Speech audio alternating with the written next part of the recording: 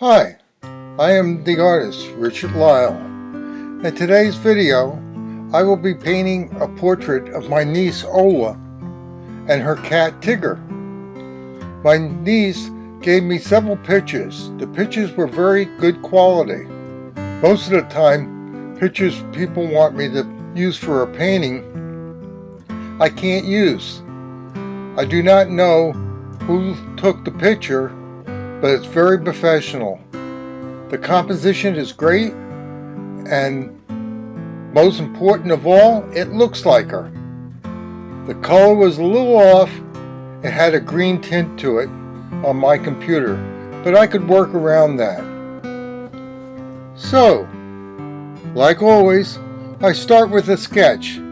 Because the photo was so well done, I only had to do one sketch just to get familiar with the subject.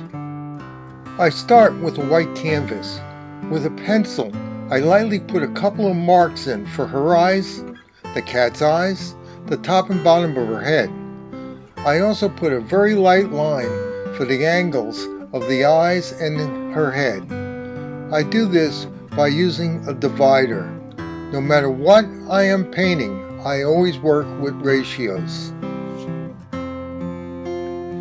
Then, with the mixture of yellow ochre, magenta, and thinner, I start to transfer my sketch. Transfer is complete. Time to start the underpainting. When doing a portrait, I use a type of grisaille. Instead of a gray, I use a mixture of yellow ochre and magenta. I thin out the paint and use the white of the canvas to set my values. I also change the color mixture ratio to get some color variations. The underpainting is now complete, and it's time to start blocking in the big shapes with local color. With a portrait, I like to block in the negative space first.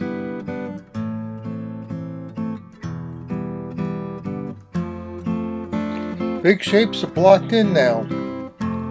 Now I start to refine the painting. I keep jumping around the painting, adding color and paint to different areas. Each layer of paint gets thicker. This process is called wet on wet, and the added layers of thicker paint are called fatter.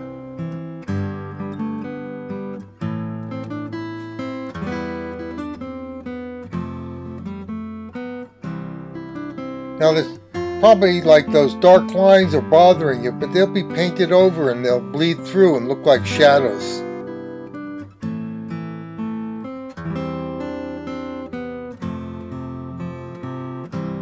You do not want to stay in one place because your eyes get used to it, and that's why you keep moving around.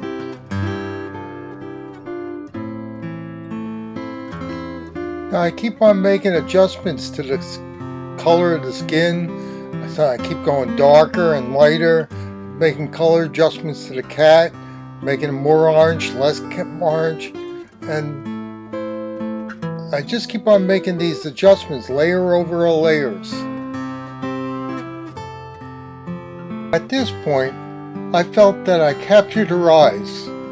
By moving my hand around the face, blocking portions of the view, I could see that her upper face looked good, but something was wrong with her lower face. I would like to say that when you are painting portraits, sometimes moving a line, the thickness of a hair, can make all the difference in the world. By using my dividers, I found that her one corner of her mouth needed to move up. And then I started moving the mouth up.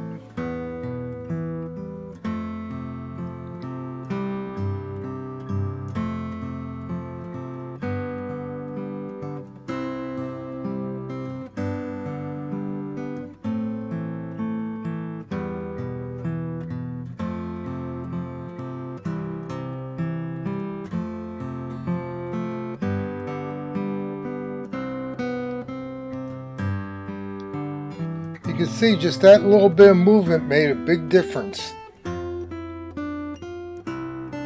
Now I go back, jumping around the painting, adding highlights and accents. Highlights are lights and accents are dark.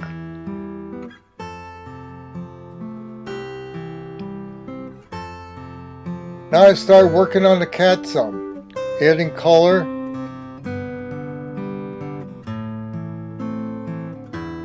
I noticed that there was something wrong with the face of the cat. It looked like a cat, but it didn't look like Tigger.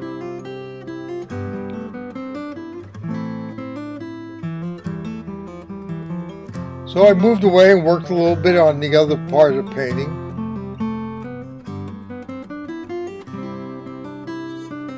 Checked some dimensions, made sure things was right. Looking pretty good at this point. Now I went back to Tigger, see if I could fix the problem. At this point, I noticed that I had to adjust Tigger's face. I do not know what type of cat Tigger was, but he had this pushed-in face like a bulldog. So I had to move his nose over and give him that look. He also had one tooth that stuck out.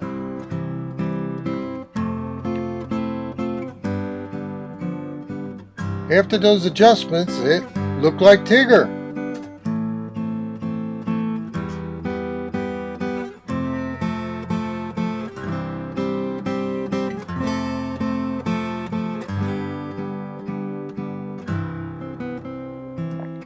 I had to work some on the tones of the face. It was a little too red, so I started cooling it down just a little.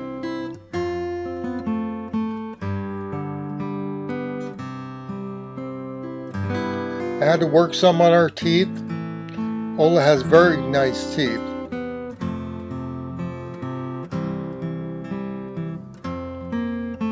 I had to put a couple spots of glimmer in the teeth and in her eyes.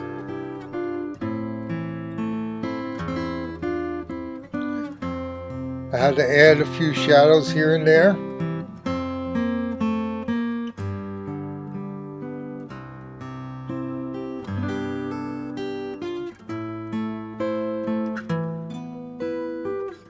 I had to add some highlights to her hair.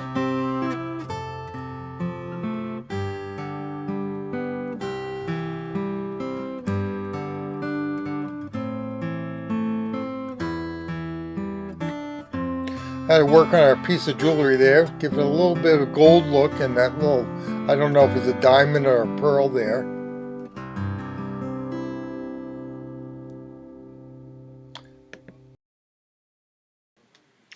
So, I hope you liked the video and give me a thumbs up.